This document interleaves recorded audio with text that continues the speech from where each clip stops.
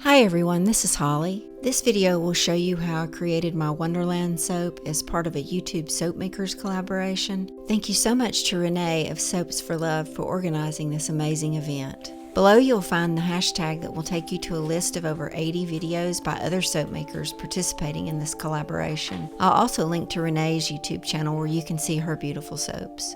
Always be sure to protect your skin and eyes when making co-processed soap. If you like this video or find it helpful, please like and subscribe, and thank you so much for supporting my channel. I began the preparation for this soap by chopping up some leftover pieces. This soap will be used to create the falling snow in my design, so I wanted it as small as possible. I then prepared the additives that would serve as the various colors.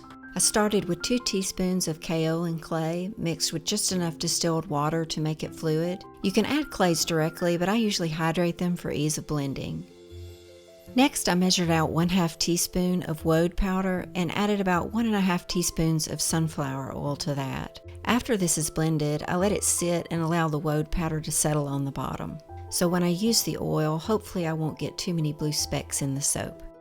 I prepared my indigo root powder the same way. This is a jar I had mixed up previously. This indigo is so dark that it looks black. You can sort of see that it's actually blue here.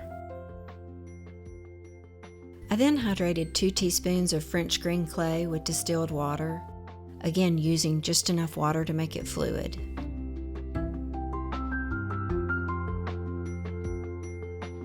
For the trunk of the tree, I decided to use black walnut hull powder.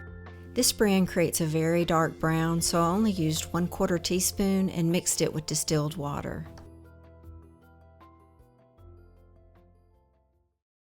I started this soap by making the bottom layer first. After adding the peppermint essential oil and all of the hydrated kaolin clay, I added coconut milk using the milk in oil method. For this method, I calculated the water required for my recipe and substituted half of that amount with coconut milk, mixing it into the oils while the remaining water is used to dissolve my sodium hydroxide.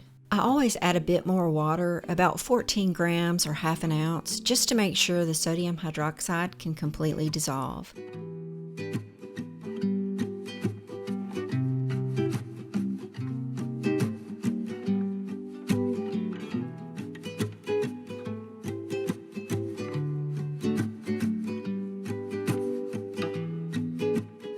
I covered the soap and set it aside while I moved on to making the rest.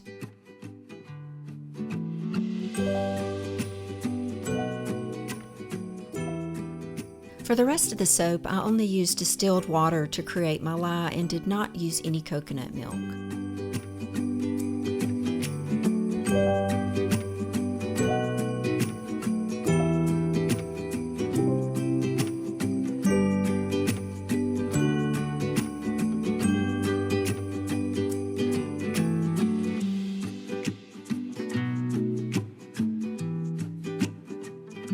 I separated 1/4 of the soap to create the tree and trunk.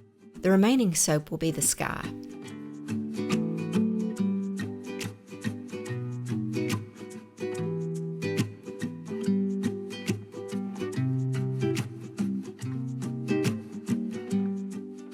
To create the blue-green tree, I used all of the woad oil, about 1/2 teaspoon of paprika-infused sunflower oil, and 1/2 teaspoon of the green hydrated clay.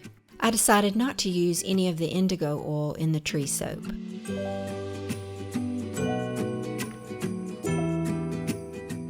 For the brown tree trunk, I added about 1/4 teaspoon of the hydrated walnut hull powder. To create the blue sky, I added about 1/2 teaspoon of the indigo oil to the remaining 4 cups of soap. I used just enough to get the green you see here. This indigo is very intense, so it doesn't take much at all. When the soap goes through gel phase, the green will actually turn a nice light blue. To create a snowy sky, I added a few handfuls of the soap I chopped earlier. A couple of years ago, I saw Claudia Carpenter of Om Nom Soap use this technique to create the snowy sky in her Winter Wonderland soap, so I hoped it would work here.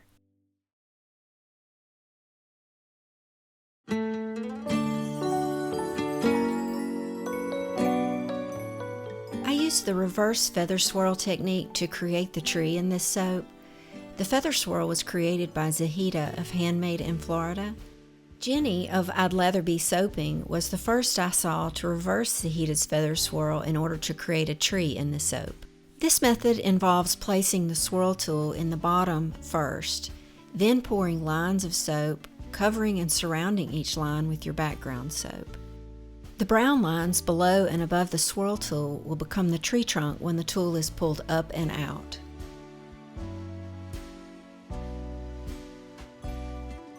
In order to create a fir tree that gets narrower towards the top, I repeated these blue-green lines about 10 times, using less and less soap as I went. I used the background sky soap to help spread out the tree limbs, more at the bottom and less towards the top to create a more pointy tree.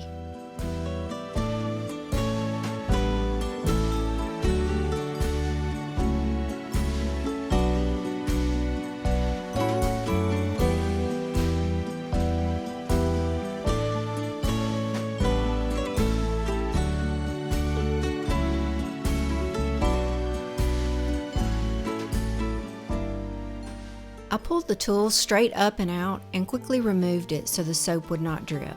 Here's a side view of the same process. As part of this collaboration, we had to use some sort of sparkle in our soap. I chose to add a very subtle silver mica swirl on top. I simply added a little sunflower oil to some silver mica and then placed it and swirled it as you see here. The soap was insulated and left overnight where it did go through gel.